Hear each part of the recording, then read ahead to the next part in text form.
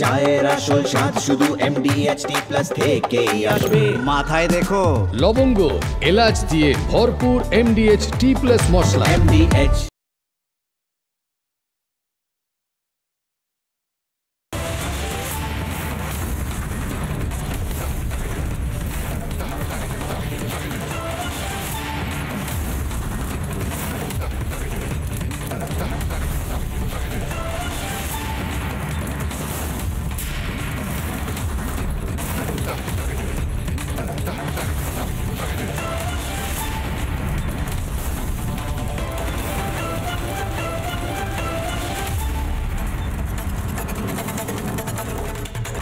নমস্কার, আমি ময়ূখ রঞ্জন ঘোষ। আমার বারবার ভালো লাগে না এটা বলতে যে মমতা বন্দ্যোপাধ্যায় মানে আমার মুখ্যমন্ত্রী, তিনি মিথ্যেবাদী, তিনি মিথ্যে কথা বলেন। মমতা বন্দ্যোপাধ্যায় এত সিনিয়র একজন নেতা, একজন মন্ত্রী, একজন পলিটিশিয়ান, তিনি কেন মিথ্যা কথা বলবেন? রাজনীতিবিদরা কি মিথ্যা কথা বলেন?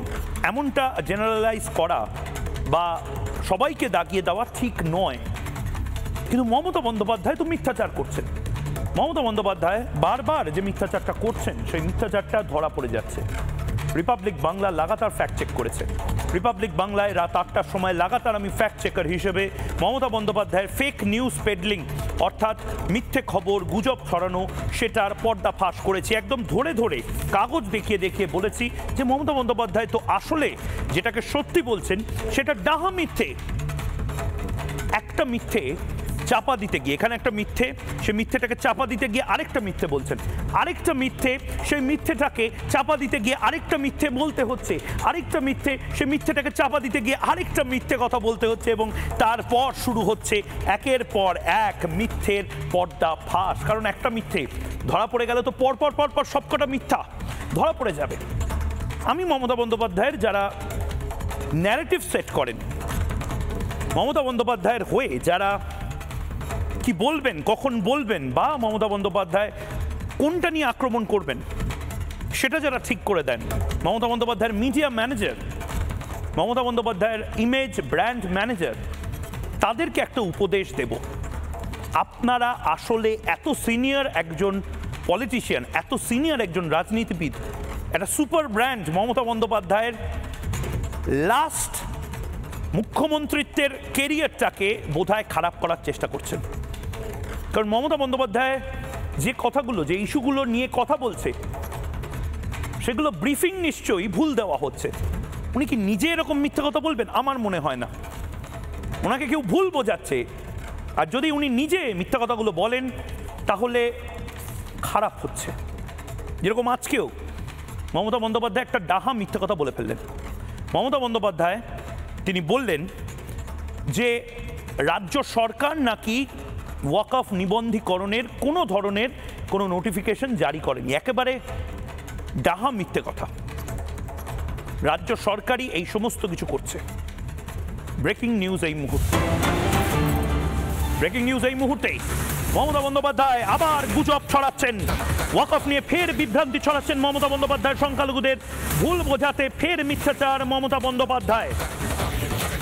মমতা বন্দ্যোপাধ্যায় মিথ্যাচার করছেন এবং মমতা বন্দ্যোপাধ্যায় বলছেন কারোর কোনো সম্পত্তি বেদখল হবে না, ইত্যাদি ইত্যাদি ইত্যাদি। কিন্তু বেদখল হওয়ার তো কোনো সম্ভাবনাই ছিল না।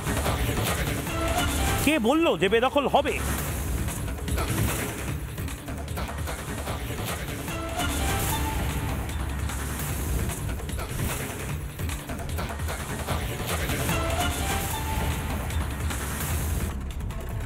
আমার মনে হয় মমতা বন্দ্যোপাধ্যায় কি বলতে চাইছেন, মমতা বন্দ্যোপাধ্যায় পরে যখন বাড়িতে গিয়ে জবাব চায় বাংলাটা দেখেন, রাত 8টা হোক বা রাত 12টায় হোক, তখন তিনি নিজেও হয়তো এটা উপলব্ধি করেন যে তার যারা ব্র্যান্ড ম্যানেজার বা মিডিয়া ম্যানেজার তারা কতটা ভুল তাকে ব্রিফিং দিয়েছে। আমি দুটো বাইট শোনাতে চাই এবং তাতে বাংলা করলে দাঁড়ায় বলতে কি চান।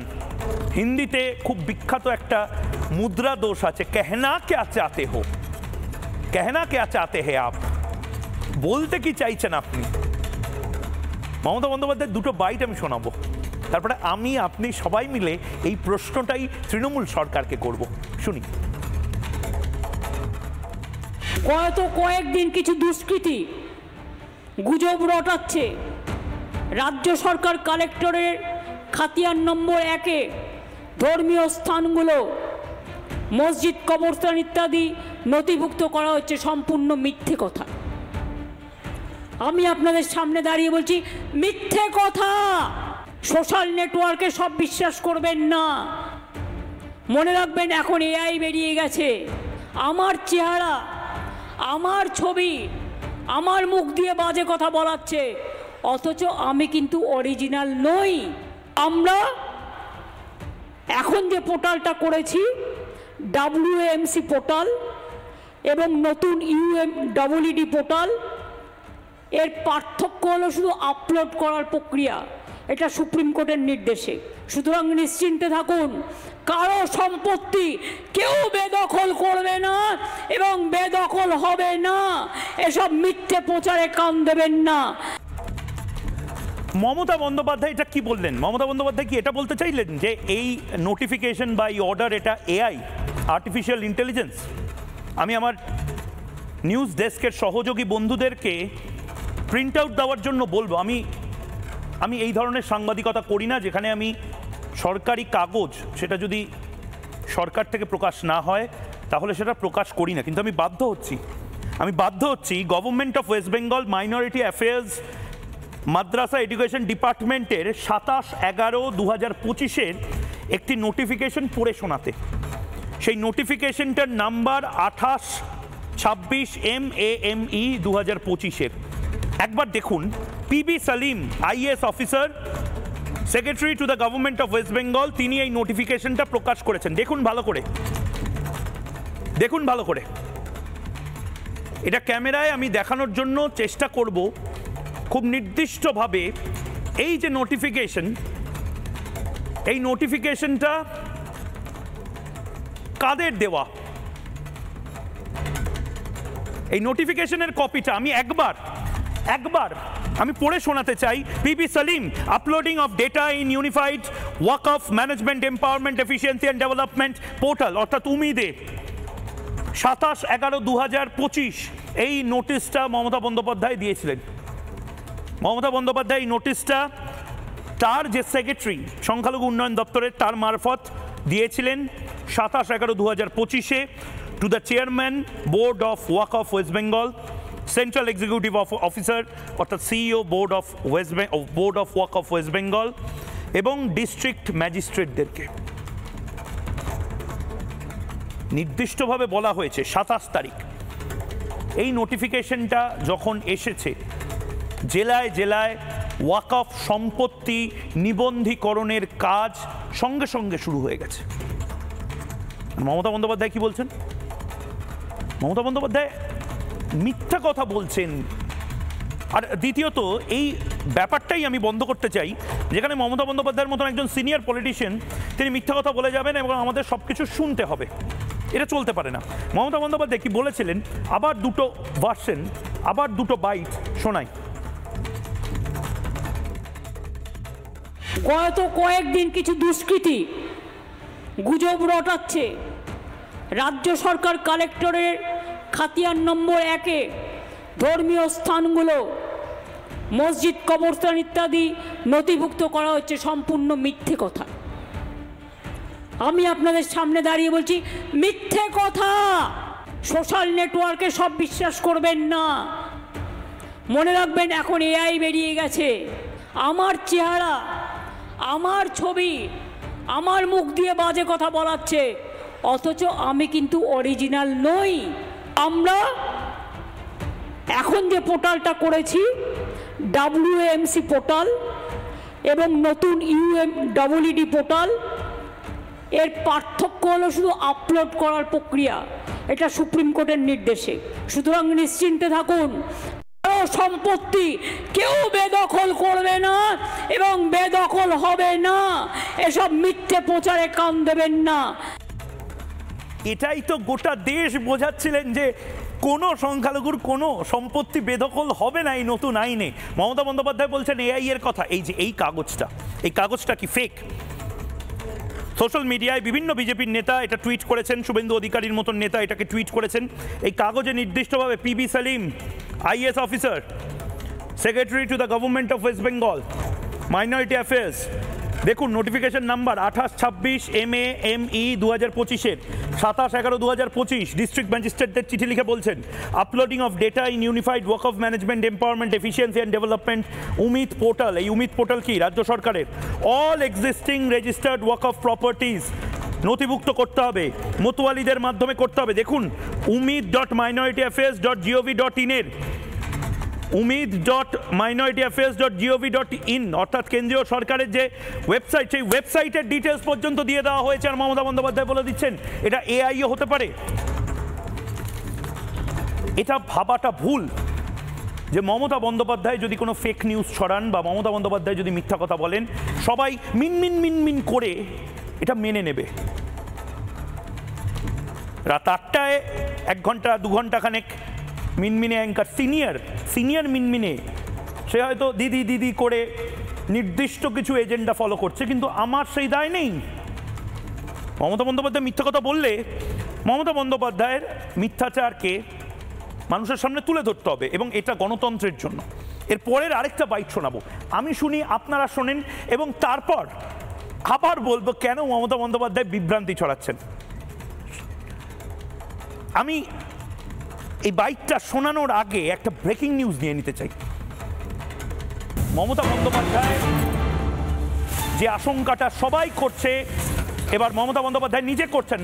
রাষ্ট্রপতি শাসন নিয়ে ভয় পাচ্ছেন এবার মমতা বন্দ্যোপাধ্যায়। অমিত শাহকে তীব্র আক্রমণ করে মমতা বন্দ্যোপাধ্যায় বললেন রাষ্ট্রপতি শাসন জারি করার চেষ্টা হচ্ছে বাংলায় এসআইআর না করতে দিলে রাষ্ট্রপতি শাসন জারি হতো। মমতা বন্দ্যোপাধ্যায় তার মানে নিজে বুঝতে পেরেছেন কত বড় ভুলটা মমতা বন্দ্যোপাধ্যায় করতে যাচ্ছিলেন, কিন্তু মমতা বন্দ্যোপাধ্যায় কি তার চেলা চামুন্ডাদের বোঝাচ্ছেন? স্বরাষ্ট্রমন্ত্রীর নামে ফের মিথ্যাচার মমতা বন্দ্যোপাধ্যায়। কি বলেছেন মমতা বন্দ্যোপাধ্যায় শুনবো। নিশ্চিন্তে থাকুন, এসআইআর এর নাম করে ভয় পাবেন না, শুধু নিজেদের কাগজপত্রগুলো ঠিক মতো জমা দিন। ওরা টাইমটা বেছে নিয়েছে, যদি আমরা না করতে দিতাম তাহলে ইলেকশন না করে রাষ্ট্রপতি শাসন করত। বুঝতে পেরেছেন চালাকিটা অমিত শাহ মটুয়া ভাইয়ের? আমরা অত বোকা নই বাবু মশাই। দেখুন, প্রথমত না প্রধানমন্ত্রী না স্বরাষ্ট্রমন্ত্রী তারা বলেছেন রাষ্ট্রপতি শাসন জারি হবে বাংলায়। বলেছিলেন শুভেন্দু অধিকারী, বিরোধী দলনেতা, বলেছিল বিজেপির নেতারা, এবং এটা পেন অ্যান্ড পেপারে হয়ে যাবে। কারণ এসআইআর যদি না হয় ভোটটা হবে না। মেয়াদ যদি উত্তীর্ণ হয়ে যায় মমতা বন্দ্যোপাধ্যায় আর মুখ্যমন্ত্রী হিসেবে থাকতে পারবেন না, কেয়ারটেকার মুখ্যমন্ত্রী হিসেবেও থাকতে পারবেন না যদি রাজ্যপাল সেটার পারমিশন না দেয়। সুতরাং সেখানে অটোমেটিক্যালি রাষ্ট্রপতি শাসন জারি হবে, এটা মমতা বন্দ্যোপাধ্যায় বুঝতে পারছেন। মমতা বন্দ্যোপাধ্যায় এটা বুঝতে পারছেন যে এটা বাংলাদেশ নয়। অর্থাৎ এখানে যদি ওয়াক অফ আইনটা লাগু না হয়, এখানে যদি এসআইআরটা লাগু না হয়, তাহলে অটোমেটিক্যালি দেশের বিরুদ্ধে যদি যাওয়ার ব্যাপার হয়, যদি পশ্চিমবঙ্গকে ভারতের মধ্যে রাখা না যায়, তাহলে তো রাষ্ট্রপতি শাসন জারি করতে হবে। মমতা বন্দ্যোপাধ্যায় এটা বুঝেই ওয়াক অফ নিয়ে সুর নরম করলেন, সংখ্যালঘুদেরকে বোকা বানিয়ে, মুসলিম সমাজকে বোকা বানিয়ে। মমতা বন্দ্যোপাধ্যায় এসআইআর নিয়েও বোকা বানালেন তৃণমূল কর্মীদেরকে। এই বিএলও যারা আজকে চলবে না, চলছে না ইত্যাদি ইত্যাদি করছেন, এরা কাজ করেনি কেন আগে? এসআইআর যে হবে এটা তো দীর্ঘদিন ধরে সবাই বলছিল। মমতা বন্দ্যোপাধ্যায় কিন্তু নিজেরটা দেখে নিচ্ছেন। মমতা বন্দ্যোপাধ্যায় এখন কিন্তু সুনরম করছেন, কারণ মমতা বন্দ্যোপাধ্যায় বুঝতে পারছেন সত্যিই যদি 355 বা 56 ধারা জারি হয়ে যায়, অন্য কোনো কারণে না, শুধুমাত্র বাংলাকে বাঁচানোর জন্য। বাংলা যদি না বাঁচে ভারত বাঁচবে না। বাংলা ভারতের লাইট হাউস। বাংলা যদি বাংলাদেশিদের দখলে চলে যায়, বাংলা যদি রোহিঙ্গাদের দখলে চলে যায়, বাংলাতে যদি আলাদা রাষ্ট্রের দাবি ওঠে, ভারত বাঁচবে না। এটা মমতা বন্দ্যোপাধ্যায়ও জানেন, এটা নরেন্দ্র মোদীও জানেন, এবং মমতা বন্দ্যোপাধ্যায় এটা জানেন বলেই ভয় পাচ্ছেন যে এবার হয়তো রাষ্ট্রপতি শাসন জারি হতে পারে এবং মমতা বন্দ্যোপাধ্যায়ের প্রতি কারোর কোনো সিম্প্যাথি থাকবে না।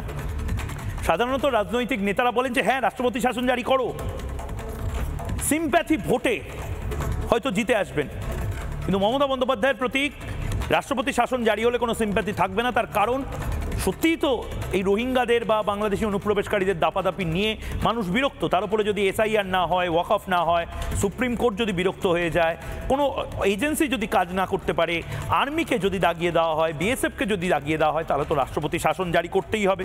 মমতা বন্দ্যোপাধ্যায় নিজেও বুঝতে পারছেন, এবং মমতা বন্দ্যোপাধ্যায় বুঝতে পারছেন বলে তিনি বুঝতে পারছেন 26-এর নির্বাচনটা আরও কঠিন হয়ে যেতে পারে, এবং সে কারণে মমতা বন্দ্যোপাধ্যায় অকল্পনীয় একটি কাজ করেছিলেন। একদিন আগেই আমি সেই বাইট শুনিয়েছিলাম, হাত জোর করে বলছেন কেন্দ্র রাজ্য সমন্বয়ের কথা। এই মমতা বন্দ্যোপাধ্যায়কে আমরা সাধারণত দেখিনি। হাত জোর করে দেখুন কি বলেছিলেন মমতা বন্দ্যোপাধ্যায়, শুনুন। যতই অত্যাচার করুন, অপপ্রচার করুন, কুৎসা করুন, চক্রান্ত করুন, আমরা কিন্তু আপনাদের সাথে কোঅপারেশন চাই, আমরা নন কোঅপারেশন চাই না। আশা করি এটুকু আপনারা শুনতে পাচ্ছেন। এবং এটা পলিটিক্যাল মিটিং নয়, এটা গভর্নমেন্টের মিটিং। তাই government to government cooperative federalism সিস্টেমে সবাই আশা করে রাজ্য সরকার, কেন্দ্রীয় সরকার কাঁধে কাঁধ মিলিয়ে কাজ করবে, শুধু ঝগড়া করা নয়। আমি যারা অতিথিরা রয়েছেন তাদের সাথে প্রথম অংশের যে বিতর্ক, সেই বিতর্কটা খুব তাড়াতাড়ি করে নিতে চাই। নীলাদ্রি ব্যানার্জি রয়েছেন, রাজনৈতিক বিশ্লেষক, সুদীপ্ত সরকার আইনজীবী রয়েছেন, সঞ্জয় শাস্ত্রী রয়েছেন, সন্ময় বন্দ্যোপাধ্যায় রয়েছেন। আমি শুরুতে সন্ময় বন্দ্যোপাধ্যায় আপনার থেকে আমি বোঝার চেষ্টা করছি মমতা বন্দ্যোপাধ্যায় সুনরম করছেন কেন? উনি কি টাইম বাই করতে চাইছেন, নিজের প্ল্যান স্ট্র্যাটেজাইজ করতে চাইছেন? কারণ ওনার কাছে যা যা প্ল্যান ছিল সব ফ্লপ হচ্ছে, মানুষ মিথ্যাচার ধরে ফেলছে, রিপাবলিকের মতন মিডিয়া একেবারে সরাসরি ফ্যাক্ট চেক করছে। মমতা বন্দ্যোপাধ্যায় বুঝতে পারছেন সংখ্যালঘুরা খেপে গেছে, মতুয়ারা খেপে গেছে, বাংলার মধ্যবিত্তরা খেপে গেছে, নারী বা মহিলারা, মা বোনেরা, তারা বুঝতে পারছে শুধু লক্ষ্মীর ভাণ্ডার দিলে হবে না, রে বাকি তুমি সিকিউরিটি কি দিচ্ছ?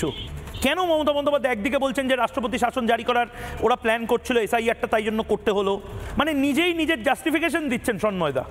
মানে আমি তো জাস্টিফিকেশন তখন দেবো সন্ময়দা যখন আমার মধ্যে একটা গিল্ট কনসিয়াসনেস কাজ করবে।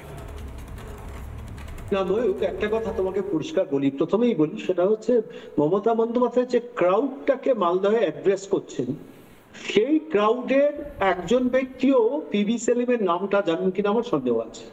উনি এটা জানেন যে শিক্ষিত মধ্যবিত্ত শ্রেণীর মধ্যে পিবি সেলিম মানুষের নামটার পরিচিতির ব্যাপার আছে। ফলে তো তারা মানে যারা একটু পলিটিক্যালি কনসাস বা অ্যাডমিনিস্ট্রেটিভ তথ্যগুলো সম্বন্ধে একটু খোঁজ খবর রাখেন, ফলে তো পিবি সেলিমকে দিয়ে কি সার্কুলার জারি করেছেন তুমি যেটা দেখাচ্ছ, সেটা মধ্যবিত্ত ড্রয়িং রুমে বসে বলবে এই তো মমতা বন্দ্যোপাধ্যায় মিথ্যা কথা বলছে।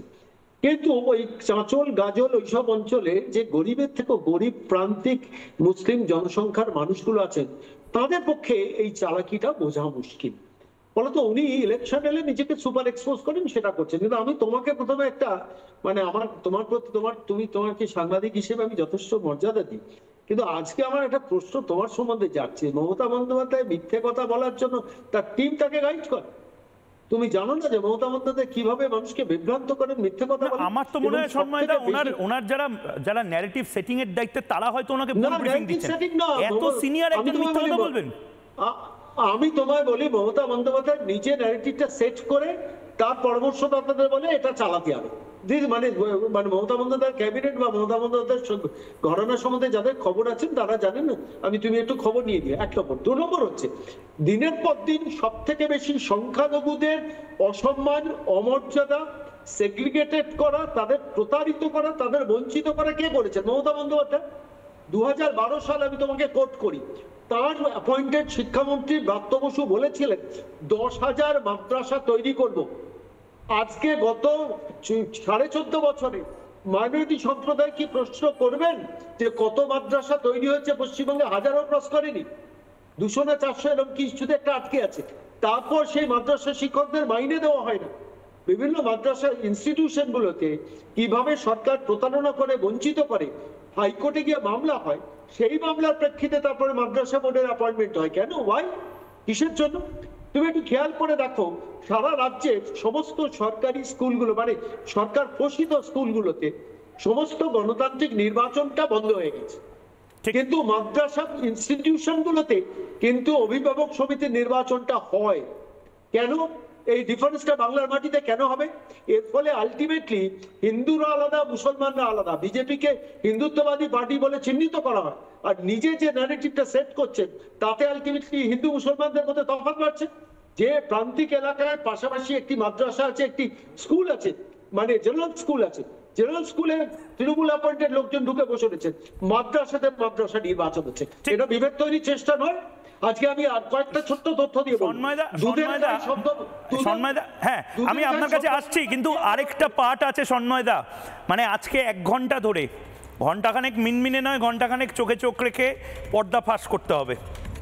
1 ঘন্টাখানেক, 2 ঘন্টাখানেক, 4 ঘন্টাখানেক আমাদের এই কাজটাই করতে হবে দরকার হলে। আরেকটা পার্ট আছে সন্ময়দা, আমি সেই পার্টে এবার যেতে চাই।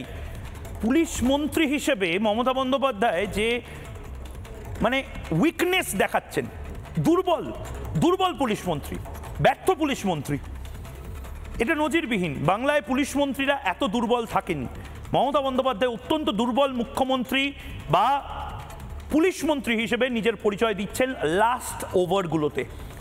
মমতা বন্দ্যোপাধ্যায়কে তো আমরা খুব পাওয়ারফুল একজন রাজনীতিবিদ ভাবতাম, কিন্তু এখন যে ব্রেকিং নিউজটা আমি নেব এবং তারপর মমতা বন্দ্যোপাধ্যায়ের বাইট শোনাব।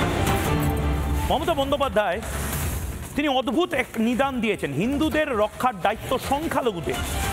মুর্শিদাবাদ, ধুলিয়ান, শামশেরগঞ্জ এই সমস্ত জায়গাতে পুলিশ তাহলে কি করবে? আজব অনুরোধ পুলিশ মন্ত্রীর, হিন্দুদের রক্ষার দায়িত্ব সংখ্যালঘুদের। মানে সংখ্যালঘুদের মর্জির ওপরে মুর্শিদাবাদে নির্ভর করবে হিন্দুরা রিফিউজি ক্যাম্পে যাবে না যাবে না। সংখ্যালঘুদের মর্জির ওপরে ডিপেন্ড করবে হিন্দুরা মারা যাবে কি যাবে না। মানে পুলিশ মন্ত্রী হরগোবিন্দ দাস বা চন্দন দাসকে বাঁচাবে না। মানে এটা মমতা বন্দ্যোপাধ্যায় কি বলছেন? মমতা বন্দ্যোপাধ্যায়, আপনি পুলিশ মন্ত্রী। একটা সময়ে বাংলাতে পুলিশ মন্ত্রীর মুখে আমরা শুনেছি যে যদি কেউ হিংসা করতে আসে তার মাথা ভেঙে দেব। এই বাংলাতে আমরা শুনেছি বাম আমলে যে পুলিশ মন্ত্রীরা ডিরেক্টলি বলতো যারা গুন্ডামি করবে, যারা বদমাইশি করবে তাদেরকে কি সবক শেখাতে হবে। আর এই বাংলার থেকে অনেক দূর উত্তরপ্রদেশে আমরা দেখেছি দাপাদাপি হিংসাত্মক ঘটনা ঘটালে কি করে এনকাউন্টার করতে হয়। মমতা বন্দ্যোপাধ্যায়, আপনি এনকাউন্টার ছেড়েই দিন, আপনি মিনিমাম এটা বলতে পারছেন না যে যারা বদমাইশি করবে, যারা হিংসা লাগাবে, যারা ঘর জ্বালাবে, যারা চন্দন দাস বা হরগোবিন্দ দাসকে এরমভাবে মেরে দেবে, ওয়াকফের সাথে কোনো সম্পর্ক নেই, তারপরেও তারা ভুল কাজ করেছে। এটা কি কথা? ভারত সেবাশ্রম সংঘের কার্তিক মহারাজ যদি মুর্শিদাবাদে দাঁড়িয়ে এরকম দার্শনিক কথা বলতেন আমি মেনে নিতাম। কোনো ধর্মীয় সংগঠন, কোনো দার্শনিক সংগঠন যদি এই কথাগুলো বলতেন আমি মেনে নিতাম। রাজ্যের পাওয়ারফুল হোম মিনিস্টার, মুখ্যমন্ত্রী, স্বাস্থ্যমন্ত্রী, তিনি এই কথাগুলো বলছেন। মানে বাবা আমাকে মেরো না, এটা প্লিজ দেখে নিও। মানে এক পক্ষকে আরেক পক্ষ এভাবে আকুতি মিনতি করবে, পুলিশের মতন চানাচুর ঝালমুড়ি খাবে। মমতা বন্দ্যোপাধ্যায় বলবেন সংখ্যালঘুদের দেখতে হবে যাতে হিন্দুরা মার না খায়, আর বাকিটা বিএসএফ যদি আসে। তাই তো এটা চলতে পারি নাকি এই বাংলাতে? মমতা বন্দ্যোপাধ্যায় আজকে কি বলেছেন দার্শনিকের মতন। এই দার্শনিক স্টেটমেন্ট কেন দিয়েছেন সেটা নিয়ে আমি তৃণমূলপন্থী, শাসকপন্থী যে প্যানেলিস্ট তার কাছে যাব, কিন্তু তার আগে কি বলছেন উনি শুনি।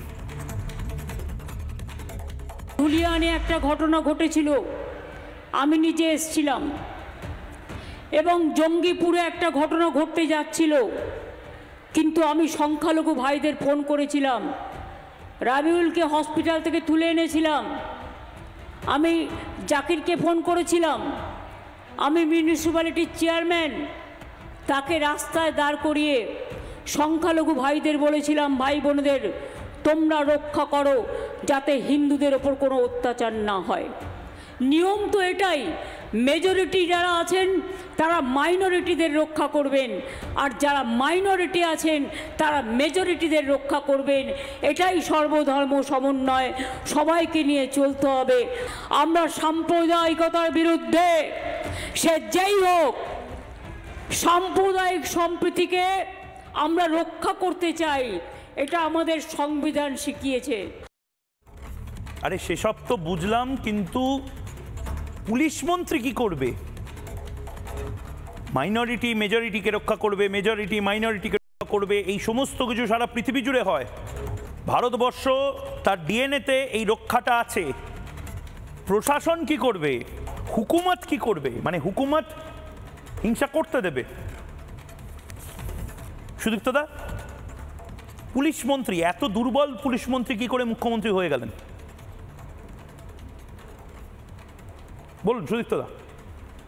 আপনি যেটা বলছেন সেটা তো আপনি এই টিভিতে দেখাচ্ছেন, আমিও দেখছি, কিন্তু আপনার আক্ষরিক অর্থে যেটা শুনতে লাগছে হয়তো মনে হচ্ছে দুর্বল, কিন্তু আমার যেটা মনে হচ্ছে আমার উপলব্ধি থেকে, ব্যক্তিগত উপলব্ধি থেকে, যে আজকে একটা শাসক দল যে কেন্দ্রে বসে আছে তার যেরমভাবে ভূমিকা তৈরি হচ্ছে তাতে একটা সমাজে অস্থিরতার পরিস্থিতি তৈরি হয়েছে।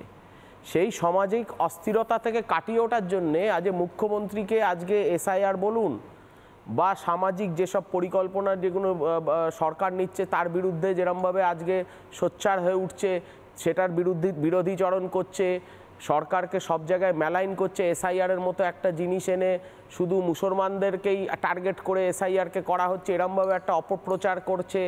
এই সব অপপ্রচার থেকে আজকে যাতে বিরত থাকা যায় এবং সামাজিক শান্তি বজায় থাকে, আমার মনে হয়েছে মুখ্যমন্ত্রী সেই উদ্দেশ্য করেই এটা বলেছে। আমার একটা জিনিস মনে হচ্ছে আপনারা নিজেরাও একটু ব্যাকফুটে চলে যাচ্ছেন। কারণ পুলিশ মন্ত্রী কেন দুর্বল হবে? পুলিশ মন্ত্রী তো রাফ অ্যান্ড টাফ হবে। পুলিশ মন্ত্রী তো বলবে যে মাথা ভেঙে দেবো যারা হিংসা করতে আসবে। পুলিশ মন্ত্রী তো বলবে যারা নির্দিষ্টভাবে এই ধরনের ঘটনা ঘটাচ্ছে তাদের কাউকে ছাড়া হবে না। উল্টে বাংলার পুলিশ মন্ত্রী কি বলছেন সেদিকে যাব, কিন্তু সঞ্জয় শাস্ত্রী এই দার্শনিক কথাবার্তা, মানে এটা যদি সঞ্জয় শাস্ত্রী আপনি বলেন মেনে নেওয়া যায়, কিন্তু যোগী আদিত্যনাথ যদি পুলিশ মন্ত্রী হয়ে যান, গোরক্ষনাথ ধাম থেকে, সাধু থেকে তিনি যদি, সন্ত থেকে তিনি যদি রাজদণ্ড হাতে নিয়ে নেন, তখন কি তার মুখে এই কথা সাজে? তখন তো তিনি বলেন এনকাউন্টারের কথা। মমতা বন্দ্যোপাধ্যায় এত সফট হয়ে যাচ্ছেন কেন? না, উনি যে তোষণের রাস্তা আপন করে নিয়েছেন এতদিন ধরে, তাতে করে সংখ্যালঘুদেরকে বিজেপির জুজু দেখানো হয়েছে, বিজেপি এসে যাবে, আরএসএস এসে যাবে, আর মূলত সংখ্যালঘুদের ভেতর ভেতর তাদের গাছের গোড়া কেটে দিয়ে ওপরে জল দিয়েছেন। তাতে কি হয়েছে, সংখ্যালঘুদের যে আক্ষরিক অর্থে উন্নয়ন হওয়ার কথা ছিল সেই উন্নয়ন কিন্তু আদৌ হয়নি। উন্নয়ন হয়েছে ওনার ভাইপোর, উন্নয়ন হয়েছে ওনার ভাইদের, কিন্তু সংখ্যালঘুদের যে উন্নয়ন হওয়ার কথা ছিল সেই উন্নয়ন কিন্তু হয়নি। রইল ওনার যে এখনকার স্ট্যান্ড পয়েন্ট, সেটা হচ্ছে যে সংখ্যালঘুদেরকে লেলিয়ে দেওয়া, বিভিন্নভাবে লেলিয়ে দেওয়া। আপনারা দেখেছেন এর আগেও যখন এসআইআর এনআরসি হয়েছিল পার্লামেন্টে, তখন বিভিন্ন জায়গায় ট্রেন পোড়ানো হয়েছে। উনি চাইলে অ্যাকশান নিতে পারতেন। উনি পুলিশ মন্ত্রী, উনি রাজ্যের দণ্ডমুণ্ডের কর্ত্রী, উনি চাইলে অবশ্যই তাদেরকে যথাযথ শাস্তি বিধান করতে পারতেন। কিন্তু কখনো দেখা যাচ্ছে যে তিনি মন্দির করে হিন্দু ভোটকে কনসোলিডেট করতে চাইছেন। এটা পদ্ধতি নয়। পদ্ধতি হচ্ছে যে আমি শাসনদণ্ডে বসে আমার শাসনদণ্ডের জায়গায় কাউকে ব্যক্তিগত তোষণের জায়গায় নিয়ে যাব না। শাসনদণ্ডের জায়গায় আমার বিচারদণ্ড থাকবে নিরপেক্ষ। কিন্তু আজকে আমরা বাংলায় দেখতে পাচ্ছি একটা এক পেশে একতরফা নগ্ন তোষণ। এই নগ্ন তোষণটা বন্ধ হওয়া উচিত, এবং সেই তোষণটা এমন একটা পর্যায়ে চলে গেছে আজকে বোধহয় বাংলার শুভবুদ্ধি সম্পন্ন যাদেরকে আমরা সংখ্যালঘু বলছি তারা বুঝতে পারছেন যে তাদের ঘাতক আসলে কারা, তাদের ক্ষতিটা আসলে কারা করে দিয়ে যাচ্ছে। এটা বাংলার সংখ্যালঘুরা কিন্তু বুঝতে শুরু করে দিয়েছে অলরেডি। এটা মনে রাখবেন, ভুল বুঝিয়ে কিন্তু মানুষকে খুব বেশি দিন রাখা যায় না। যাদেরকে দুধেল গাই বলে যাদের ভোট ব্যাংকে ব্যবহার করছে, আজকে মাদ্রাসা শিক্ষায় বলুন, মাদ্রাসার হুজুররা বেতন পায় না। আজকে মুর্শিদাবাদ একটা তামাম অঞ্চলের যারা প্রান্তিক মুসলমান, আপনি তারা বিড়ি শ্রমিক, সারাদিন বিড়ি বেঁধে 100 টাকা রোজ পায়, তারা এখনও দারিদ্র্য সীমার নিচে বাস করে। সেদিকে মাননীয়ার কোনো লক্ষ্য নেই। আর বলছেন আমি সব কাজ করে দিয়েছি, আমি সংখ্যালঘুদের একমাত্র ত্রাতা, একমাত্র পরিত্রাণকর্ত্রী, এই ভুল ন্যারেটিভ সেট করে বোধহয় খুব বেশি দিন চলা যায় না। আমি নীলাদ্রিদার কাছে আসবো, কিন্তু তার আগে এনআইএ নিয়ে মমতা বন্দ্যোপাধ্যায় এনআইএ নিয়ে অদ্ভুত একটি কথা বলেছেন। মানে মমতা বন্দ্যোপাধ্যায় কি এনআইএ তদন্তে ভয় পান? মমতা বন্দ্যোপাধ্যায় কেন বারবার এনআইএ তদন্ত এড়িয়ে যেতে চান? মমতা বন্দ্যোপাধ্যায় বলছেন নতুন করে মুর্শিদাবাদে দাঙ্গা হোক আর এনআইএর হাতে কেস তুলে দিয়ে ছোট ছোট ভাই বোনেদের গ্রেপ্তার করুক, আমি চাই না। এনআইএ কিসের তদন্ত করে? সন্ত্রাসবাদ বা হিংসাত্মক ঘটনা যাতে ভারত রাষ্ট্রের কোনো আঘাত হতে পারে সেই তদন্ত।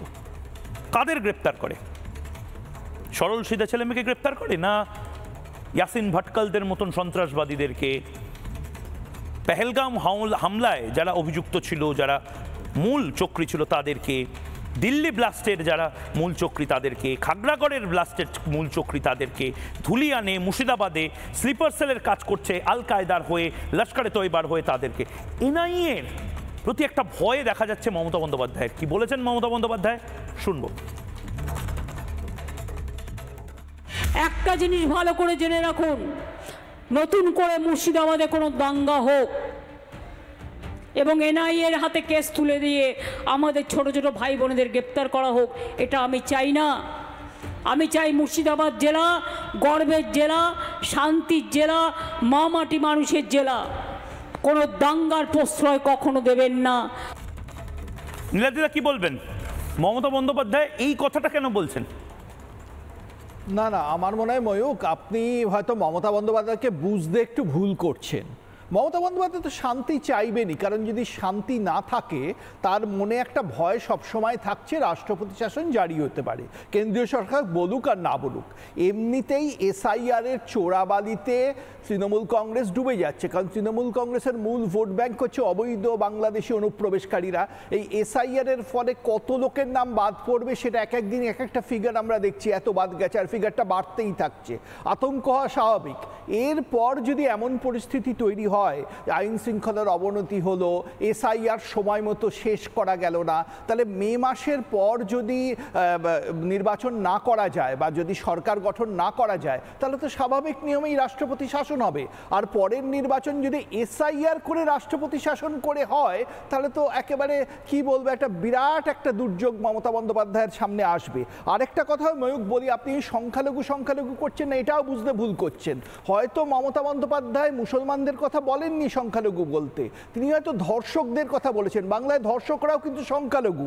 উনি ধর্ষকদের বলছেন হিন্দু নারীরা তো আক্রান্ত হচ্ছে, তাদের আক্রমণ করবেন না। হয়তো চোরেদের কথা বলছেন, তাদের বলছেন গরিব মানুষের, তাদের মধ্যে প্রচুর হিন্দু আছে, তাদের চাল ডাল কেড়ে চাকরি কেড়ে চোরেরা যেভাবে মানে ফুর্তি করছে, চোরেদের বলছেন তারাও সংখ্যালঘু, তাদের কথা বলছেন। অথবা হয়তো বাংলাদেশি অবৈধ অনুপ্রবেশকারীদের কথা বলছেন, যারা পশ্চিমবঙ্গে এসে পরিযায়ী শ্রমিক হয়ে এখানকার শ্রমিক, তাদের মধ্যেও প্রচুর হিন্দু আছে, তাদের একেবারে ভাতের থালায় ভাগ বসাচ্ছে, তারাও সংখ্যালঘু বাংলায়। তাদের হয়তো বলছেন তোমরা হিন্দুদের রক্ষা করো, এখন সামনে নির্বাচন আছে, ধর্ষক চোর বাংলাদেশের অবৈধ অনুপ্রবেশকারীদের কাছে অনুরোধ করছেন যে তারা যাতে হিন্দুদের এই সময় না চটায়, কারণ হিন্দু ভোট যদি একত্রিত হয়ে যায় তাহলে তো ভরাডুবি নিশ্চিত। বিহার থেকে এবং আরেকটা জিনিস হলো ভরাডুবি নিশ্চিত হতে পারে, হয়তো বুঝতে পারছেন মমতা বন্দ্যোপাধ্যায়। সংখ্যালঘুদেরকে এই প্রথমবার সংখ্যালঘুদেরকে বলছেন, খুব ইন্টারেস্টিং, ভারতীয় বাঙালি মুসলিম সমাজকে বলছেন, মালদা মুর্শিদাবাদে দাঁড়িয়ে বলছেন যে আপনারা নির্দলকে ভোট দেবেন না। বা ছোট ছোট দলে কি মমতা বন্দ্যোপাধ্যায়ের এখন ভয়? আইএসএফ এর মতন, এমআইএম এর মতন। এই মুহূর্তে ব্রেকিং নিউজ, মমতার বিরুদ্ধে একের পর এক বিক্ষোভ সংখ্যালঘুদের এই কয়েকদিনে। সংখ্যালঘু ভোট ব্যাংক কি শেষ মমতা বন্দ্যোপাধ্যায়? সংখ্যালঘুদের অনুরোধ নির্দলকে ভোট না দিতে। খুব ইন্টারেস্টিং, নির্দল কোনো প্রার্থীকে যেন ভোট না দেয়, মমতা বন্দ্যোপাধ্যায়ের অনুরোধ। কি বলেছেন মমতা বন্দ্যোপাধ্যায় শুনবো। পরিষ্কার বলে দিচ্ছি, ওয়াকআপ নিয়ে যে যাই প্রচার করুক, প্রচারে কান দেবেন না, সাম্প্রদায়িক শক্তিকে কান দেবেন না, নির্দলদের ভোট দেবেন না। যাদের কোনো দল নেই, টাকা নেই, তারা নির্দল। আমি আবার সন্ময়দার কাছে যাব, কিন্তু সন্ময়দার কাছে যাওয়ার আগে মমতা বন্দ্যোপাধ্যায়ের ভয়ের কিন্তু কারণ রয়েছে। ফুরফুরা শরীফের প্রত্যেক পীরজাদাই প্রথমবার একই সুরে কথা বলছেন। কাশেম সিদ্দিকির পুরনো বাইকটি চালিয়ে আমি আর বিব্রত করতে চাই না, কিন্তু বাকি সিদ্দিকি ভাইরা বা সিদ্দিকি সাহেবরা কি বলেছেন আজকে সারাদিন ধরে রিপাবলিক বাংলায়, শুনুন। আমি ভাবছি হয়তো পশ্চিমবাংলাকে ছাড়ার সময় হয়ে গেছে মমতা ব্যানার্জির, কারো হাতে তুলে দেওয়ার ব্যাপার আছে। লাথি খাবো সেই জায়গায় উল্টে জুড়া পায়ে লাথি মারলো মুসলমানদের পুরো বুকের খাঁচাতে, এই যে অকাপটা নিয়ে। তাহলে সেইটা কেন করছে? আর কত বড় দ্বিচারিতা, কত বড় সর্বনাশ সংখ্যালঘু মানুষ করেছে, মুসলমানদের ক্ষতি করেছে। এরম ক্ষতি ভারত স্বাধীনের পর থেকে আজ অবধি কোনো মুখ্যমন্ত্রী এরম ক্ষতি করে না। সেই ক্ষতিটা করেছে এই রাজ্য সরকার, মমতা ব্যানার্জি সাহেব। সেই যেমন সাপ হয়ে কামড়ায় আর রোজা হয়ে ঝাড়ে, সেই ধরনের উনি ব্যাপারটা বাংলার মুসলমানদের সঙ্গে করছে। তিনি গর্জে উঠলেন যে অকাপ সম্পত্তি নিয়ে যদি আমরা যদি পথে নামি, ওনার চেয়ে খারাপ কেউ নাই। হঠাৎ অকাপ সম্পত্তি পোর্টাল জমা করতে বললেন, সেটা বললেন কত, যে তারিখে শেষ হবে তার 1 সপ্তাহ আগে। যদি ডিটেলস উমিদ পোর্টালে আপলোড করারই এনাদেরই আগে থেকে পরিকল্পনা থেকে থাকে, তাহলে এত শর্ট টাইমে কেন করলো প্রশ্ন। দ্বিতীয় কথা হচ্ছে তাহলে কেন বললেন, তিনি বলেছিলেন যে আপনার ওয়েস্ট বেঙ্গলে ওয়াকফ আইনকে লাগু হতে দেব না। এই যে দ্বিচারিতা, বারবার সংখ্যালঘু সমাজের সাথে দ্বিচারিতা করেছেন রাজ্য সরকার তথা তৃণমূল কংগ্রেস। সন্ময় ব্যানার্জি, কিভাবে দেখছেন আপনি ব্যাপারটাকে? খুব অদ্ভুত ইন্টারেস্টিং একটা ব্যাপার। মমতা বন্দ্যোপাধ্যায় বলছেন নির্দলদের ভোট দিতে না, মানে ভোট ভাগের ভয় মমতাও পাচ্ছেন। দেখো, কোন প্রকৃত হিন্দু, আমি খুব পরিষ্কারভাবে একটা কথা বলি, এই পশ্চিমবঙ্গের মাটিতে দাঁড়িয়ে 2026-এর নির্বাচন, প্রকৃত হিন্দু যদি মনে করে যে তার হিন্দুত্ব ধর্মকে বাঁচানো দরকার, তাহলে মমতা বন্দ্যোপাধ্যায়কে তিনি ভুলেও একটি ভোট দেবেন। এটা একটা স্পষ্ট কথা, পরিষ্কারভাবে বলছি। বাংলাদেশের জসিমউদ্দিন রহমানি যখন গ্রেটার বেঙ্গলের ডাক দেন, তখন মমতা বন্দ্যোপাধ্যায় বিরোধিতা করেন না। যখন চিন্ময় প্রভু এইভাবে আক্রান্ত হচ্ছেন, বাংলাদেশে চূড়ান্ত নির্যাতন চলছে, মমতা বন্দ্যোপাধ্যায় তখন সাইলেন্ট। ফলত হিন্দুরা কিন্তু এটা রিয়েলাইজেশনের জায়গায় যাচ্ছে। কিন্তু আরেকটা রিয়েলাইজেশন অন্যদিকে হচ্ছে ময়ূক, আমি তোমাকে বলি, সেটা হচ্ছে এই যে সরকারি চাকরির মধ্যে মাইনরিটি রিপ্রেজেন্টেশন কতটা মমতা বন্দ্যোপাধ্যায় বাড়াতে পারেনি, কিন্তু সব ওই কন্ট্রাকচুয়াল দিয়ে লোক ভরিয়ে রেখে দিয়েছে। ওবিসি নিয়ে যে জালিয়াতিটা করে মমতা বন্দ্যোপাধ্যায় মুসলিমদের মধ্যে যে সমস্যাটা তৈরি করেছেন, সেটা কিন্তু অনেক মুসলিম এখন কিন্তু বুঝতে পারছে। আরো একটা কথা বলি, ধরো ইমাম ভাতা কোন সালে চালু হয়েছে, আমি যদি ভুল না বলি 2013 সাল নাগাদ। এবার এই ইমাম ভাতা নিয়ে হাইকোর্টে মামলা হয়, পরবর্তীকালে সেটা ওয়াকফ বোর্ডের মাধ্যমে বা কোনোভাবে সে টাকাটা দেওয়ার ব্যবস্থা আছে। আলটিমেটলি রাজ্য সরকারই কোনো না কোনো ভাবে দিচ্ছে। আচ্ছা, পুরোহিত ভাতা এই পশ্চিমবঙ্গে কবে দেওয়া হয়েছে? পুরোহিত ভাতা দেওয়া হচ্ছে সম্ভবত 2018-19 সাল থেকে। এবার প্রশ্নটা হচ্ছে যে যখন চোখের সামনে একজন পুরোহিত দেখছেন যে ইমামদের ভাতা দেওয়া হচ্ছে 2500 টাকা, তখন একজন পুরোহিতকে দেওয়া হচ্ছে 1000 টাকা। এই যে মুসলিমদের সঙ্গে হিন্দুদের যে তফাৎটা তৈরি করে না, আলটিমেটলি মুসলিমদের ভোট ব্যাংক হিসেবে ব্যবহার করছেন মমতা বন্দ্যোপাধ্যায়। এটা হিন্দুরা বুঝতে পারছেন, আর মুসলিমরা বুঝতে পারছেন সেটা হচ্ছে আমাদের ভোট ব্যাংক হিসেবে ব্যবহার করা হচ্ছে। আমাদের নাগরিক হিসেবে নাগরিক স্বাচ্ছন্দ্য, মাদ্রাসা শিক্ষা যেভাবে গড়ে তোলা দরকার ছিল, এই রাজ্য সরকার গড়েনি। বলতো আলটিমেটলি আমি সিদ্দিকুল্লাহর মতো লোককে মন্ত্রিসভায় বসিয়ে রেখে দেবো। আলটিমেটলি দিনের শেষে মুসলিমরা এখন বুঝতে শিখেছেন বা বোঝার চেষ্টা করছেন যে দিনের শেষে আমাদের ভান্ডারটা কতটা সমৃদ্ধ হলো। তুমি একটু ভালো করে খেয়াল করে দেখো, যে মালদা যে মুর্শিদাবাদে মমতা বন্দ্যোপাধ্যায় এখন ঘুরছে, সব থেকে বেশি পরিযায়ী বাঙালি কিন্তু, এবং সেটা সংখ্যালঘু ধর্ম সম্প্রদায়ের মানুষ, তারা কিন্তু পরিযায়ী বাঙালি হিসেবে বাংলার বাইরে যাচ্ছেন। কেন যাচ্ছেন? মুসলিমদের যদি এত উপকার করে থাকে, তাহলে পরিযায়ী শ্রমিকের মাইনরিটির সংখ্যা এত বেশি কেন পশ্চিমবঙ্গের বাইরে, এবং সেটা মুর্শিদাবাদ মালদা থেকে। আরো একটা ছোট্ট তথ্য তোমার কাছে দিই, তুমি যদি মনে থাকে, যখন বিশ্ববিদ্যালয় পাড়ায় পাড়ায় ঘুরে মমতা বন্দ্যোপাধ্যায়ের সঙ্গে ইউনিভার্সিটি, কিন্ডারগার্টেন স্কুলের মতো বিশ্ববিদ্যালয় খুলছেন, সেই সময় দাঁড়িয়ে বিশ্ববঙ্গ বিশ্ববিদ্যালয় বিশ্বভারতীর সামনে পাশে খুলছেন, ঠিক একই সময় মুর্শিদাবাদ জেলা তখনও কিন্তু ইউনিভার্সিটি পায়নি। একটা জেলাতে কোনো বিশ্ববিদ্যালয় নেই, আর বীরভূমে যেখানে বিশ্বভারতীর পাশে বিশ্ববঙ্গ বিশ্ববিদ্যালয় তৈরি করছে। যদি প্রকৃত মুসলিমদের ভালোবাসতেন, 2011 ক্ষমতায় এসে প্রথম মুর্শিদাবাদে বিশ্ববিদ্যালয়টা তৈরি করতেন, অনেক পরে করেছেন। তাও সেখানে অধিকাংশ শিক্ষক অধ্যাপক নেই। তো প্রশ্নটা হচ্ছে যদি প্রকৃত উন্নয়নটা করতে চাও তাহলে শিক্ষার বিস্তার ঘটাও, তাদের এডুকেটেড করে। কিন্তু মমতা বন্দ্যোপাধ্যায়ের ভোট ব্যাংকে আবার এডুকেটেড ভোট ব্যাংকার হলে শুধু তাই নয় সন্ময়দা, আমি যেহেতু সময় একদম কমে আসছে, আমি রোহিঙ্গা নিয়ে মমতা বন্দ্যোপাধ্যায় কি বিপজ্জনক কথা বলেছেন আজকে, মারাত্মক কথা বলছেন। মানে যে সরকার বলে দিচ্ছে যে রোহিঙ্গা আমাদের এখানে কোথায়, রোহিঙ্গা এখানে আছে ওখানে আছে ইত্যাদি ইত্যাদি জায়গায় আছে, এখানে কোথায় রোহিঙ্গা? এখানে পুলিশ মন্ত্রীর মুখে যদি এই ধরনের কথা শোনা যায় তাহলে পুলিশ মন্ত্রীর বদল প্রয়োজন, কারণ Rohingya national security threat. Mamata Bandyopadhyay Rohingya নিয়ে কি বলেছেন শুনুন, কমেন্ট করুন এবং তার পাশাপাশি এটা ঠিক না ভুল সেটা জানান, লাইভে জানান, কমেন্ট করুন। দেখুন, এখানে রোহিঙ্গা টোহিঙ্গা নেই, কয়েকজন জেলে ছিল। রোহিঙ্গা আছে বাংলাদেশে, রোহিঙ্গা আছে বিজেপি ডাবলিং স্টেটে, আসামে, ত্রিপুরায়, এখানে নেই। এখানে রোহিঙ্গা নেই মানে একেবারে শিওর সুদীপ্তদা, 100% শিওর আপনারা যে এখানে কোনো রোহিঙ্গা নেই? আপনারা চ্যালেঞ্জ দিয়ে বলতে পারেন নবান্নর কোন ডেটা বলে দিচ্ছে এখানে কোনো রোহিঙ্গা নেই?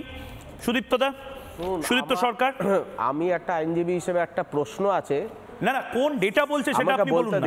সেটা হচ্ছে যে আপনারা বলছেন বাংলাদেশি আছে, রোহিঙ্গা আছে, সব ঠিক আছে, আপনাদের কথা আমি মানছি না। আমরা যদি ঠিক আছে বলছেন তাহলে মমতা বন্দ্যোপাধ্যায় মিথ্যা কথা বলছেন। বলতে দিন না। সে ধরুন 25 লক্ষ লোকের নাম বাদ গেল বা 1 কোটি লোকের নাম বাদ গেল, যেটা বিরোধী দলনেতা বলছে।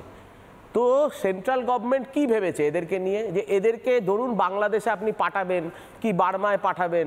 আরে সেসব তো ঠিক আছে, সেসব নিয়ে আমরা আলোচনা করব। সেই দেশটা বলুন মমতা বন্দ্যোপাধ্যায় কি করে বলতে পারেন কোনো রোহিঙ্গা নেই? মমতা বন্দ্যোপাধ্যায় কি করে বলতে পারেন কোনো রোহিঙ্গা নেই? রোহিঙ্গা আছে কি নেই? রোহিঙ্গা আছে না নেই? বাংলায় রোহিঙ্গা আছে না নেই? মমতা বন্দ্যোপাধ্যায়, আমি আবার পিসিআর কে বলবো এই বাইকটা শোনাতে, এটা ডেঞ্জারাস বাইক, এটা ভয়ঙ্কর কথা। রোহিঙ্গা নেই নাকি কোনো? রাজ্যের পুলিশ মন্ত্রী অপদার্থতার পরিচয় দিচ্ছেন। সুদীপ্তদা শুনুন, রোহিঙ্গা নেই নাকি শুনুন। এখানে রোহিঙ্গা টোহিঙ্গা নেই, কয়েকজন জেলে ছিল। রোহিঙ্গা আছে বাংলাদেশে, রোহিঙ্গা আছে বিজেপি ডাবলিং স্টেটে, আসামে, ত্রিপুরায়, এখানে নেই। এখানে রোহিঙ্গা টোহিঙ্গা নেই, কয়েকজন জেলে ছিল। রোহিঙ্গা আছে বাংলাদেশে, রোহিঙ্গা আছে বিজেপি ডাবলিং স্টেটে, আসামে, ত্রিপুরায়, এখানে নেই। নীলাদিদা, আমরা টানা এই প্রশ্নগুলো তুলে যাচ্ছি, কিন্তু এটা তো বাস্তব যে পুলিশ মন্ত্রীর অনেক বেশি পাওয়ার, মুখ্যমন্ত্রীর অনেক বেশি পাওয়ার। পুলিশ মন্ত্রী হয়ে তিনি ডিরেক্ট বলে দিচ্ছেন যে রোহিঙ্গা নেই। না না ময়ূক, আপনার মমতা বন্দ্যোপাধ্যায়ের 20 বছর আগের কথাটা মনে আছে? পার্লামেন্টে যেটা বলেছিলেন, উনি বলেছিলেন বাংলাদেশ থেকে অবৈধ অনুপ্রবেশকারীরা এখানে একটা বিপর্যয়ের আকার নিচ্ছে। এবার বাংলাদেশ থেকে অবৈধ অনুপ্রবেশকারী আসছে, মমতা বন্দ্যোপাধ্যায় স্বীকার করে নিয়েছেন। এই অবৈধ অনুপ্রবেশকারীদের সাথে যে রোহিঙ্গারাও অবৈধ অনুপ্রবেশকারী হয়ে চলে আসছে না, সেই তথ্য উনি কোথা থেকে পেলেন? এর তথ্য সূত্রটা জানালে আমাদের ভালো হয়, কারণ অবৈধ অনুপ্রবেশকারী আছে এটা তো উনি স্বীকার করে নিয়েছেন। আরও ভয়ঙ্কর কথা ময়ূক, মোহাম্মদ ইউনূসের সরকার এসে বহু সন্ত্রাসবাদীকে ছেড়ে দিয়েছে, যারা একদিকে রোহিঙ্গা অন্যদিকে হয়তো সন্ত্রাসবাদী। এই সন্ত্রাসবাদীরা যে বর্ডার পেরিয়ে পশ্চিমবঙ্গে চলে আসছে না, সেটা মমতা বন্দ্যোপাধ্যায় কি করে জানবেন? এমনি রোহিঙ্গার সন্ত্রাসবাদী রোহিঙ্গা, আরো ভয়ঙ্কর ব্যাপার, মমতা কেন রোহিঙ্গাদের মুখপাত্র হয়ে যাচ্ছেন, সন্ত্রাসবাদীদের রক্ষা করার চেষ্টা করছেন, এটা আমাদের সত্যিই বোধগম্য হচ্ছে না। তার দায়টা কিসের? কারণ বাংলায় যদি সন্ত্রাসবাদ আসে তাহলে হিন্দুও মরবে, মুসলিমও মরবে, সাধারণ মানুষও মরবে, তৃণমূলও বাঁচবে না। তাহলে মমতা কেন এই আত্মহননের পথে যাচ্ছেন? নীরজ চৌধুরী সেই আত্মঘাতী বাঙালি হয়তো মমতার কথা ভেবে 100 বছর আগে লিখে গেছেন যে কোনো এক নেত্রী আসবেন যিনি আত্মঘাতের পথে বাঁধবেন এবং পশ্চিমবঙ্গটাকে একেবারে আত্মঘাতের পথে নিয়ে যাবেন। এটা আমাদের দুর্ভাগ্য। আমি নীলাদিদা আপনাকে আমি একটু থামাচ্ছি। শুধু আত্মঘাতী বাঙালি এই বইটা নিয়েই আমাদের আলোচনা করতে হবে এমনটা নয়, আরেকটা বিষয় নিয়েও আলোচনা করতে হবে খুব নির্দিষ্টভাবে। মমতা বন্দ্যোপাধ্যায় আরেকটা বিপজ্জনক কথা বলছেন। আজকে দেখুন রিপাবলিক বাংলায় মিনমিনেরা এই খবর দেখাবে না, এগুলো নিয়ে আপনাকে ভাবাবে না। রাজ্যের পুলিশ মন্ত্রী এগুলো বলছেন, এটা কি ঠিক বলা? রাজ্যের পুলিশ মন্ত্রী বলে দিচ্ছেন যে সংখ্যালঘুরা হিন্দুদের বাঁচাবে, মানে পুলিশ কি করবে তাহলে? রাজ্যের পুলিশ মন্ত্রী বলছেন রোহিঙ্গা নেই নাকি, কোনো রোহিঙ্গা এখানে নেই। তাহলে আমাদের চারপাশে যে বাংলাদেশি অনুপ্রবেশকারী রোহিঙ্গা ঘুরছিল, যারা হাকিমপুর বর্ডারে গেল, তারা কি মিজোরাম থেকে ট্রেন ভাড়া করে এসেছিল শুধুমাত্র হাকিমপুর দিয়ে বাংলাদেশে যাবে বলে? নয় তো। মমতা বন্দ্যোপাধ্যায় আরেকটা বিপজ্জনক কথা বলেছেন, সবাইকে ফিরিয়ে আনবো। কাদের ফিরিয়ে আনার কথা বলছেন মমতা বন্দ্যোপাধ্যায়? শুনুন। আপনারা যারা যেভাবে আছেন সেভাবেই থাকবেন, কেউ এখান থেকে বিতাড়িত হবেন না, নিশ্চিন্তে থাকুন। আর বিতাড়িত করলে যদি বর্ডার থেকে কাউকে করে, আমি যেমন মৎস্যজীবীদেরও ফিরিয়ে আনি, তাদেরও কোর্টে কেস করে ফিরিয়ে আনি। বিচার এখনও আছে, বিচারের বাণী নীরবে নিভৃতে যাতে না কাঁদে, আমরা তার জন্য সর্বদা আপনাদের পাশে আছি, ছিলাম, আছি, থাকবো, শান্তির সাথে বাঁচবো। সঞ্জয় শাস্ত্রী, এটা কাকে বার্তা দিলেন, কাদের বার্তা দিলেন, কাদের বড় ভয় দিচ্ছেন মমতা বন্দ্যোপাধ্যায় যে সবাইকে ফিরিয়ে আনবো? মানে যারা বাংলাদেশে চলে যাচ্ছে তাদের ফিরিয়ে আনার কথা বলছেন? কাদের বলছেন? যারা ওনার দুধেল গাই, যারা ওনার ভোট ব্যাংক, যাদেরকে উস্কে দিয়ে উনি সাম্প্রদায়িক হিংসা ছড়ান, যাদেরকে উস্কে দিয়ে লেলিয়ে দিয়ে উনি ট্রেন বাস স্টেশনে আগুন ধরান, যাদের নেতারা বলেন আগে জেলাগুলোকে টাইট দিই তারপরে কলকাতা স্তব্ধ করে দেব, যারা ইসলামের দাওয়াতি দেয়, তাদেরকে উনি আশ্বস্ত করছেন যে আমি কাউকে এখান থেকে যেতে দেব না, কারণ তোমরা, ভারতবর্ষটা হচ্ছে ধর্মশালা, যার যখন ইচ্ছা আসো, যার জায়নামাজ বিছাও, এখানে একেবারে খাও দাও, জামাই আদরে থাকো। এটা একটা সুষ্ঠু দেশের পরিকাঠামো হতে পারে না। অতএব এই দেশটা ধর্মশালা নয়, এই দেশটা আপনার আমার মাতৃভূমি, এটা মনে রাখতে হবে। যদি ভারতবর্ষ না থাকে কোনো মতবাদ কিন্তু থাকবে না। ইনকলাব জিন্দাবাদ, মাছ ভাত, ঝিঙা ভাত, ঘাস ফুল, পদ্ম ফুল, কোনো ফুলই থাকবে না। যতক্ষণ ভারত আছে ততক্ষণ আপনাদের এরকম নানান রকম সাম্যের গান আছে। যেদিন ভারতবর্ষ বিপদগামী হবে, সামরিকভাবে বিপদের মুখে চলে যাবে, সেদিন কিন্তু কোনো রকম নিরপেক্ষতার গান আর চলবে না। এবং সিরিয়াতেও তো আমি অদ্ভুত লাগে আমার, এই যে সুদীপ্ত দ্বারা বলেন, সিরিয়াতে কি ইনকালাব জিন্দাবাদ বলা যায় এখন? বা সিরিয়াতে তৃণমূল কংগ্রেসের মতন উদারপন্থী কোনো দল আছে? নেই তো এখন আর। সিরিয়ার মতন বা প্যালেস্টাইনের মতন জায়গাতে আমরা তো দেখছি চোখের সামনে কী হচ্ছে, বাংলাদেশে দেখতে পাচ্ছি সুদীপ্তদা। মানে এর পরেও আপনারা যেন উঠে পড়ে লেগেছেন বাংলা এবং ভারতের জনবিন্যাস বদলাবেন। বাংলার জনবিন্যাস বদলাতে ভারত বাঁচবে না। তৃণমূল কংগ্রেসেরও আঘাত লাগবে, কিন্তু আপনারও লাগবে সুদীপ্তদা। তারপরেও কেন এই পলিটিক্সটা চালিয়ে যাচ্ছেন আপনারা? যেন ময়ূক, আমাদের এই ভারতবর্ষ যখন সংবিধানটা তৈরি হয়, যারা সংবিধান বানিয়েছিল তাদের কিন্তু এর থেকে অনেক বেশি চিন্তা ভাবনা ছিল। আজকে যেটা তুমি বলছো, না চিন্তা ভাবনা ছিল, বলতে দিন, আপনার ইন্টারাপ্ট করিনি, আপনি মহারাজ মানুষ, আমাকে একটু বলতে দিন। আমি একটাই বক্তব্য হচ্ছে যে article 14 for citizen and non citizen, এইটা কিন্তু তারা বানিয়ে গেছিল যে যারা ভারতবর্ষের নাগরিক হবে না তাদের জন্যও কিন্তু ফান্ডামেন্টাল রাইট আছে।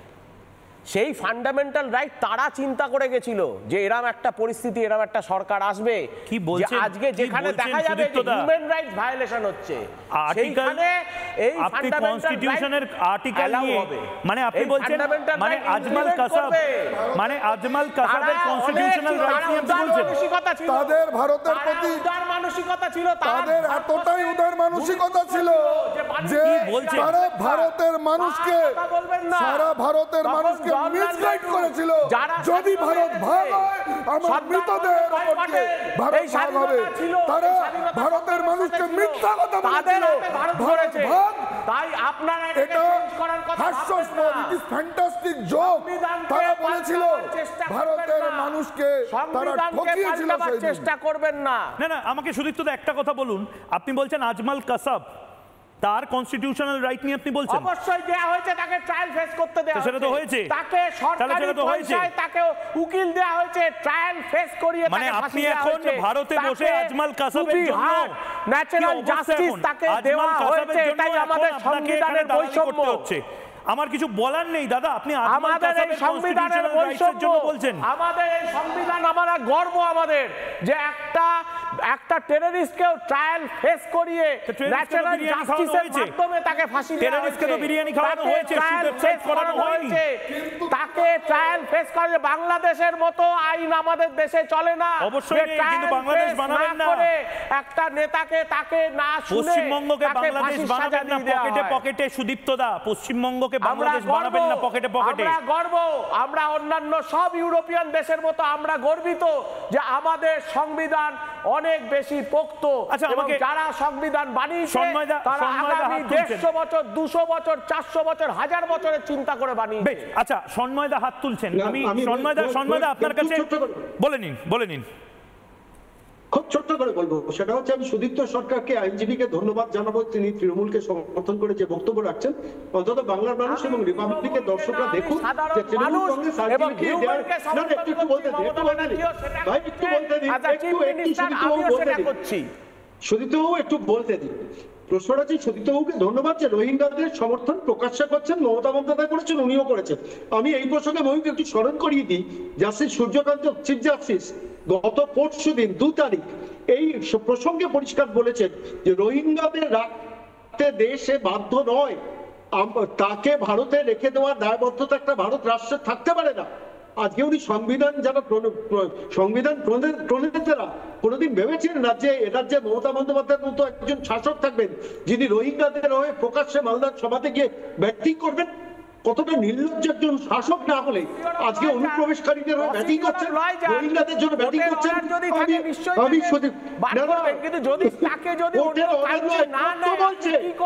আপনি সূর্যকান্ত, জাস্টিস সূর্যকান্ত মন্তব্যটা বলছেন,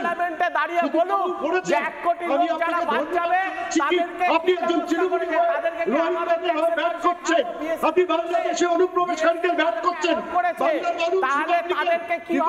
লক্ষ লক্ষ মানুষ দেখুন কারা তৃণমূল, কোন তৃণমূল আজকে রোহিঙ্গাদের অনুপ্রবেশকারীদের মতো কি মারবেন, তাদেরকে একটা জেলে পচিয়ে তাদেরকে মারবেন, জেনোসাইড করবেন না। যে বাংলার মানুষের উপর কত বড় আজকে যখন এই প্রতিবেদন, আজকে যখন আপনারা হিউম্যান রাইটস এর কোন ভায়োলেশন, আমি সুদীপ্তদা, সন্ময়দা, আমি লাস্ট একটা বাইট শোনাতে চাই।